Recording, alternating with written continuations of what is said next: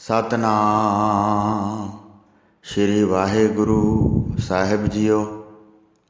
ਪਰਮ ਸਨਮਾਨਿਓ ਗੁਰੂ ਰੂਪ ਗੁਰੂ ਖਾਲਸਾ ਸਾਧ ਸੰਗਤ ਜੀ, ਵਾਹਿਗੁਰੂ ਜੀ ਕਾ ਖਾਲਸਾ ਵਾਹਿਗੁਰੂ ਜੀ ਕੀ ਫਤਿਹ। ਚੱਲ ਰਹੇ ਲੜੀਵਾਰ ਪ੍ਰਸੰਗ ਧੰਨ ਧੰਨ ਸ਼੍ਰੀ ਗੁਰੂ ਗੋਬਿੰਦ ਸਿੰਘ ਸਾਹਿਬ ਜੀ ਮਹਾਰਾਜ ਜੀ ਦੇ ਅਧਿਆਏ 32ਵੇਂ ਵਿੱਚ ਅੱਜ ਆਪਾਂ ਸ਼੍ਰੀ ਅਨੰਦਪੁਰ ਸਾਹਿਬ ਛੱਡਣ ਦਾ ਪ੍ਰਸੰਗ ਸਰਵਣ ਕਰਾਂਗੇ। ਆਓ ਬੜੇ ਪ੍ਰੇਮ ਨਾਲ ਇਹ ਪ੍ਰਸੰਗ ਸਰਵਣ ਕਰੀਏ। ਸਾਰਿਆਂ ਨੇ ਗੁਰੂ ਜੀ ਦੇ ਬਚਨਾਂ ਨੂੰ ਸੁਣਿਆ ਅਤੇ ਸਾਰੇ ਸ਼੍ਰੀ ਅਨੰਦਪੁਰ ਸਾਹਿਬ ਛੱਡਣ ਨੂੰ ਤਿਆਰ ਹੋ ਗਏ। ਸਿੰਘਾਂ ਨੇ ਬਹੁਤ ਹਥਿਆਰ ਧਾਰਨ ਕਰ ਲਏ ਅਤੇ ਉਸੇ ਸਮੇਂ ਸਾਵਧਾਨ ਹੋ ਗਏ। 4 ਘੜੀ ਜਦ ਰਾਤ ਗੁਜ਼ਾਰੀ ਤਾਂ ਸਾਰਿਆਂ ਨੇ ਚੰਗੀ ਤਰ੍ਹਾਂ ਤਿਆਰੀ ਕਰ ਲਈ। ਸਤਿਗੁਰੂ ਜੀ ਨੇ ਫਿਰ ਮੁਖ ਤੋਂ ਹੁਕਮ ਕੀਤਾ, ਵਹੀਰ ਇਕੱਠੀ ਹੋ ਕੇ ਤੁਰ ਪਵੇ। ਆਗਿਆ ਸੁਣ ਕੇ ਸਾਰੇ ਮਨੁੱਖ ਚੱਲ ਪਏ। ਦੁੱਖ ਭਰੇ ਕਿਲ੍ਹੇ ਵਿੱਚੋਂ ਬਾਹਰ ਨਿਕਲੇ, ਪੂਰਬ ਵਾਲੇ ਪਾਸੇ ਮੂੰਹ ਕਰਕੇ ਚੱਲ ਪਏ। ਕੋਈ ਅੱਗੇ ਕੋਈ ਪਿੱਛੇ ਮਿਲਦਾ ਸੀ। ਜਿਸ ਸਮੇਂ ਪਹਿਰ ਰਾਤ ਬੀਤ ਗਈ, ਮਾਤਾ ਜੀ ਨੇ ਚੱਲ ਕੇ ਸਾਮਾਨ ਸੰਭਾਲਿਆ। ਇੱਕ ਖੱਚਰ ਉੱਤੇ ਮੋਹਰਾਂ ਲੱਦੀਆਂ, 1-2 ਦਾਸ ਅੱਗੇ ਅੱਗੇ ਚੱਲ ਪਏ। ਦੋਵੇਂ ਛੋਟੇ ਪੋਤਰੇ ਆਪਣੇ ਨਾਲ ਲੈ ਲਏ। ਗੁਰੂ ਜੀ ਨੇ ਕਿਹਾ, ਰੱਥਾਂ ਵਿੱਚ ਚੜ੍ਹ ਜਾਓ। ਆਪਣੇ ਆਪ ਤੋਂ ਪਹਿਲਾਂ ਦੋਵੇਂ ਪੋਤਰੇ ਚੜ੍ਹਾਏ, ਫਿਰ ਹੌਲੀ ਹੌਲੀ ਮਾਤਾ ਜੀ ਵੀ ਚੜ੍ਹ ਗਏ। ਸਤਿਗੁਰੂ ਜੀ ਦੇ ਮਹਿਲ ਮਾਤਾ ਸੁੰਦਰੀ ਜੀ ਅਤੇ ਮਾਤਾ ਸਾਹਿਬ ਦੇਵਾਂ ਜੀ, ਜਿਨ੍ਹਾਂ ਦਾ ਚਿੱਤ ਸ਼ਾਂਤਮਈ ਸੀ, ਗੁਰੂ ਜੀ ਨੂੰ ਹੱਥ ਜੋੜ ਕੇ ਬੰਦਨਾ ਕੀਤੀ ਅਤੇ ਦੋਵੇਂ ਡੋਲਿਆਂ ਵਿੱਚ ਚੜ੍ਹ ਗਏ। ਆਗਿਆ ਪਾ ਕੇ ਨਿਕਲ ਕੇ ਚਲੇ ਗਏ। ਕਾਲੀ ਰਾਤ ਬਹੁਤ ਹਨੇਰੇ ਵਾਲੀ ਸੀ। ਹੋਰ ਮਨੁੱਖ ਜਿਹੜੇ ਯੁੱਧ ਕਰਨ ਵਾਲੇ ਨਹੀਂ ਸਨ, ਉਹ ਮਿਲ ਮਿਲ ਕੇ ਬਾਹਰ ਚਲੇ ਗਏ। ਜਦ ਸਾਰੀ ਵਹੀਰ ਕਈ ਕੋਹ ਪੈਂਡਾ ਕਰਕੇ ਅੱਗੇ ਚਲੀ ਗਈ ਤਾਂ ਸਤਿਗੁਰੂ ਜੀ ਉਸ ਸਮੇਂ ਕਿਲ੍ਹੇ ਵਿੱਚ ਬੈਠੇ ਸਨ। ਹੌਲੀ ਹੌਲੀ ਸਾਰਿਆਂ ਨੂੰ ਤਿਆਰ ਕਰ ਸਾਰੇ ਲੋਕ ਮਾਰਗ ਵਿੱਚ ਚੱਲ ਪਏ। ਜਿਹੜੇ ਸ਼ਸਤਰਾਂ ਸਮੇਤ ਸਨ ਉਹ ਸਾਵਧਾਨ ਹੋ ਗਏ। ਗੁਰੂ ਜੀ ਨੇ ਕੁਝ ਸਿੰਘ ਯੁੱਧ ਵਾਸਤੇ ਆਪਣੇ ਪਾਸ ਰੱਖੇ। 1.5 ਪਹਿਰ ਰਾਤ ਚਲੀ ਗਈ। ਤਦ ਸਤਿਗੁਰੂ ਜੀ ਨੇ ਆਪਣੀ ਤਿਆਰੀ ਕੀਤੀ। ਪਹਿਲਾਂ ਨਿਕਲ ਕੇ ਉੱਥੇ ਗਏ ਜਿੱਥੇ ਸ਼੍ਰੀ ਗੁਰੂ ਤੇਗ ਬਹਾਦਰ ਜੀ ਦਾ ਸਥਾਨ ਸੀ। ਗੁਰੂ ਜੀ ਦਰਬਾਰ ਦੇ ਅੱਗੇ ਖੜ੍ਹੇ ਹੋ ਗਏ ਅਤੇ ਅਰਦਾਸ ਕਰਕੇ ਬੰਦਨਾ ਕੀਤੀ। ਫਿਰ ਉੱਚੀ ਆਵਾਜ਼ ਵਿੱਚ ਕਿਹਾ, ਹੈ ਕੋਈ ਸਾਧ ਜਿਹੜਾ ਇਸ ਸਥਾਨ ਵਿਖੇ ਰਹੇ, ਝਾੜੂ ਦੀਵਾ ਨਿਤਾ ਪ੍ਰਤੀ ਕਰੇ, ਸ਼੍ਰੀ ਗੁਰੂ ਤੇਗ ਬਹਾਦਰ ਜੀ ਦੀ ਸੇਵਾ ਧਾਰਨ ਕਰੇ। 3 ਵਾਰ ਗੁਰੂ ਜੀ ਨੇ ਉਚਾਰਨ ਕੀਤੀ, ਪਰ ਡਰ ਧਾਰ ਕੇ ਕੋਈ ਵੀ ਨਾ ਬੋਲਿਆ। ਅਸਚਰਜ ਵਿਸ਼ਾਲ ਸਵਾਂਗ ਆਰੰਭ ਕੀਤੇ। ਕਿਸੇ ਨੂੰ ਵੀ ਧੀਰਜ ਨਾ ਰਿਹਾ। ਬਹੁਤ ਹੈਰਾਨ ਹੋਏ। ਇੱਕ ਗੁਰਬਖਸ਼ ਨਾਮੀ ਸਾਧ ਪਾਸ ਖੜਾ ਸੀ। ਉਸ ਨੂੰ ਵੇਖ ਕੇ ਬਚਨ ਕੀਤਾ, ਤੁਸੀਂ ਇੱਥੇ ਰਹਿ ਕੇ ਸੇਵਾ ਕਰੋ ਅਤੇ ਸੇਵਾ ਕਰਕੇ ਆਪਣਾ ਜਨਮ ਸੁਧਾਰੋ। ਮਹਾਦੇਵ ਉਸ ਦਾ ਗੁਰੂ ਬੋਲਿਆ, ਅਡੋਲ ਰਹਿ ਕੇ ਕਿੱਥੋਂ ਖਾਵੇਗਾ? ਨੀਚ ਪਹਾੜੀਏ ਵੱਡੀ ਭੈੜ ਮੱਥ ਧਾਰ ਕੇ ਤੁਹਾਡੇ ਬਾਅਦ ਵੈਰ ਧਾਰਨ ਕਰਨਗੇ। ਨਿਤਾ ਪ੍ਰਤੀ ਖਾਣ ਵਾਸਤੇ ਭੋਜਨ ਚਾਹੀਦਾ ਹੈ।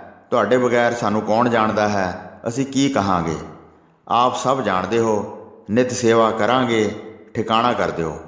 ਇਹ ਸੁਣ ਕੇ ਗੁਰੂ ਜੀ ਨੇ ਆਪਣੇ ਮੁਖ ਤੋਂ ਉਚਾਰਨ ਕੀਤਾ, ਇਹ ਗੁਰੂ ਜੀ ਦਾ ਸੱਚਾ ਦਰਬਾਰ ਹੈ।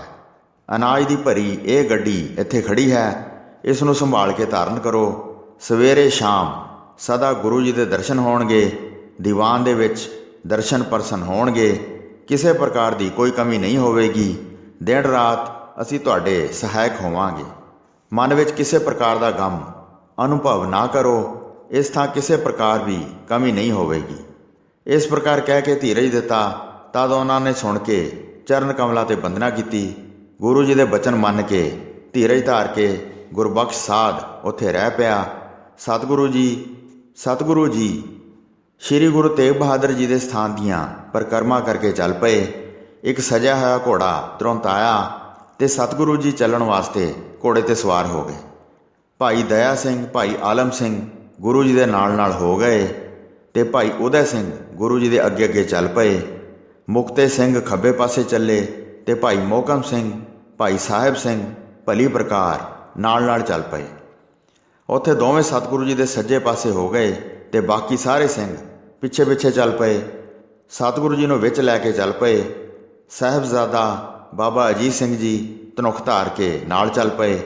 ਬਾਬਾ ਜ਼ੋਰਾਵਰ ਸਿੰਘ ਜੀ ਦੂਸਰਾ ਸਪੁੱਤਰ ਛੇਤੀ ਛੇਤੀ ਪਿਤਾ ਜੀ ਦੇ ਪਿੱਛੇ ਚੱਲ ਪਿਆ। ਭਾਈ ਹਿੰਮਤ ਸਿੰਘ ਆਦਿ ਹੋਰ ਬਹੁਤ ਸਿੱਖਾਂ ਨੇ ਧਨੁਖ ਅਤੇ ਬੰਦੂਕਾਂ ਧਾਰਨ ਕੀਤੀਆਂ ਹੋਈਆਂ ਸਨ। ਬੰਦੂਕ ਦੀ ਨਾਲੀ ਵਿੱਚ 2-2 ਗੋਲੀਆਂ ਕੱਸੀਆਂ ਸਨ ਅਤੇ ਤੋੜੇ ਸੁਲਗਦੇ ਸਨ। ਕਈ ਖੱਚਰਾਂ ਅਤੇ ਤੀਰਾਂ ਦੀਆਂ ਪੰਡਾਂ ਰੱਖੀਆਂ ਹੋਈਆਂ ਸਨ।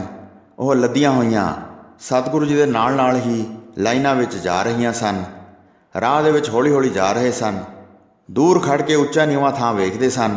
ਕਈ ਕੋਹਾਂ ਤੱਕ ਸਤਿਗੁਰੂ ਜੀ ਚਲੇ ਗਏ। ਵੈਰੀ ਅੰਨੇ ਹੋ ਗਏ, ਇਸ ਬਾਰੇ ਜਾਣ ਨਾ ਸਕੇ।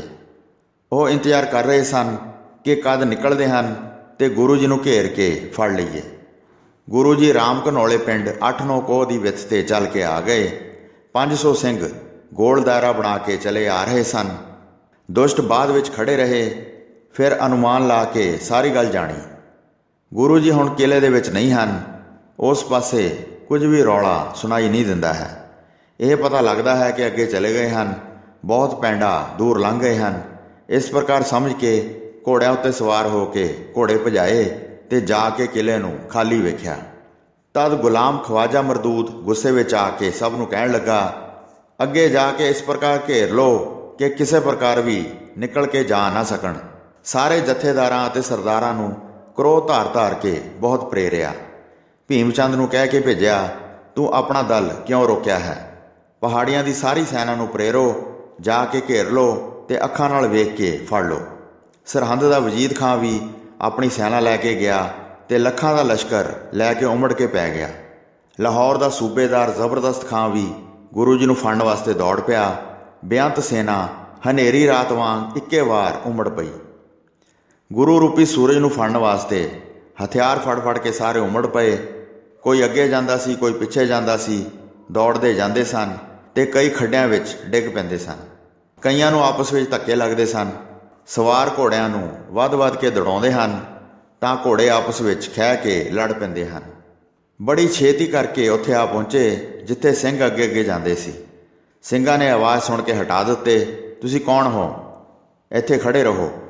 ਜਦ ਦੋਵੇਂ ਪਾਸੇ ਦੁਸ਼ਮਣ ਵੇਖੇ ਤਾਂ ਸ਼ਸਤਰ ਫੜ ਕੇ ਸਾਰੇ ਸੁਚੇਤ ਹੋ ਗਏ। ਬੰਦੂਕਾਂ ਦੁਸ਼ਟਾਂ ਨੂੰ ਮਾਰਨ ਲੱਗੀਆਂ ਤੇ ਵੈਰੀ ਦਾ ਨਾਸ਼ ਕਰਨ ਵਾਲੀਆਂ ਵੈਰੀ ਦੇ ਸਾਹਮਣੇ ਚੱਲਣ ਲੱਗੀਆਂ। ਤੁਰਕਾਂ ਅਤੇ ਪਹਾੜੀਆਂ ਨੇ ਮਿਲ ਕੇ ਦਗਾ ਕੀਤਾ। ਤਦ ਸਿੰਘਾਂ ਨੇ ਸਾਰੀ ਗੱਲ ਜਾਣ ਲਈ। ਇਸੇ ਕਰਕੇ ਸਤਿਗੁਰੂ ਜੀ ਵਰਜਦੇ ਸਨ। ਸਾਰੇ ਸਿੰਘ ਸਮਝ ਕੇ ਚਿੱਤ ਵਿੱਚ ਪਛਤਾਉਂਦੇ ਸਨ, ਹੁਣ ਕੀ ਹੋ ਸਕਦਾ ਹੈ? ਕਿਲਾ ਛੱਡ ਕੇ ਦੌੜ ਆਏ ਹਾਂ, ਹੁਣ ਸਾਹਮਣੇ ਹੋ ਕੇ ਲੜਨਾ ਹੀ ਬਣਦਾ ਹੈ। ਸਤਿਗੁਰੂ ਜੀ ਚੱਲ ਕੇ ਕਾਫੀ ਦੂਰ ਚਲੇ ਗਏ। ਖੜੇ ਸਾਹਿਬਜ਼ਾਦਾ ਬਾਬਾ ਅਜੀਤ ਸਿੰਘ ਜੀ ਵਿੱਚ ਗੁੱਸਾ ਜਾਗਿਆ। ਵੈਰੀ ਤੁਰਕ ਅਤੇ ਮੁਗਲ ਪਠਾਨ ਯੁੱਧ ਧਾਰ ਆ ਕੇ ਘੇਰ ਲਏ। ਤੜਾ ਕਰਦੀਆਂ ਬੰਦੂਕਾਂ ਚੱਲਦੀਆਂ ਸਨ। ਵੱਡੇ ਲੜਾਕੇ ਸੂਰਬੀਰ ਆਪਸ ਵਿੱਚ ਆ ਭਿੜੇ। ਹਨੇਰੀ ਰਾਤ ਵਿੱਚ ਪਲੀਤੇ ਧੁਖਦੇ ਸਨ ਤੇ ਚਮਕ ਕੇ ਬਹੁਤ ਪ੍ਰਕਾਸ਼ ਕਰਦੇ ਸਨ। ਜਿਵੇਂ ਜੁਗਨੂਆਂ ਦਾ ਸਮੂਹ ਚਮਕਦਾ ਹੈ, ਇਸ ਵਿਧੀ ਨਾਲ ਪ੍ਰਕਾਸ਼ ਹੋਇਆ। ਇਸ ਪ੍ਰਕਾਰ ਉੱਚੀ ਆਵਾਜ਼ ਉੱਠਦੀ ਸੀ ਜਿਵੇਂ ਬਿਜਲੀ ਕੜਕਦੀ ਹੈ, ਇਸ ਪ੍ਰਕਾਰ ਪ੍ਰਕਾਸ਼ ਹੋਇਆ। ਪਹਾੜ ਉੱਪਰ ਜਿਵੇਂ ਬ੍ਰਿਛਾਂ ਦਾ ਸਾਮਾਨ ਹੁੰਦਾ ਹੈ, ਇਸ ਪ੍ਰਕਾਰ ਸੂਰਮਿਆਂ ਦੇ ਟੋਲੇ ਆ ਰਹੇ ਸਨ। ਦੂਰ ਤੱਕ ਆਵਾਜ਼ ਸੁਣਾਈ ਦਿੰਦੀ ਸੀ। ਗੋਲੀਆਂ ਸ਼ੂਗਦੀਆਂ ਹੋਈਆਂ ਤੁਰਤ ਫੁਰਤ ਨਿਕਲ ਰਹੀਆਂ ਸਨ। ਤੁਰਕਾਂ ਦੀ ਸੈਨਾ ਚੜ੍ਹ ਕੇ ਆ ਗਈ ਸੀ। ਡਰਦੀ ਹੋਈ ਦੂਰ ਹੀ ਖੜੀ ਰਹੀ। ਸੋ ਸਾਧ ਸੰਗਤ ਜੀ, ਇੱਥੇ 6ਵੀਂ ਰੁੱਤ ਦਾ 32ਵਾਂ ਅਧਿਆਇ ਸਮਾਪਤ ਹੁੰਦਾ ਹੈ ਜੀ। ਪ੍ਰਸੰਗ ਸੁਣਾਉਂਦੇ ਹੋਈਆਂ ਅਨੇਕ ਭੁੱਲਾਂ ਚੁੱਕਾਂ ਦੀ ਖਿਮਾ ਬਖਸ਼ਣੀ ਜੀ। ਵਾਹਿਗੁਰੂ ਜੀ ਕਾ ਖਾਲਸਾ, ਵਾਹਿਗੁਰੂ ਜੀ ਕੀ ਫਤਿਹ।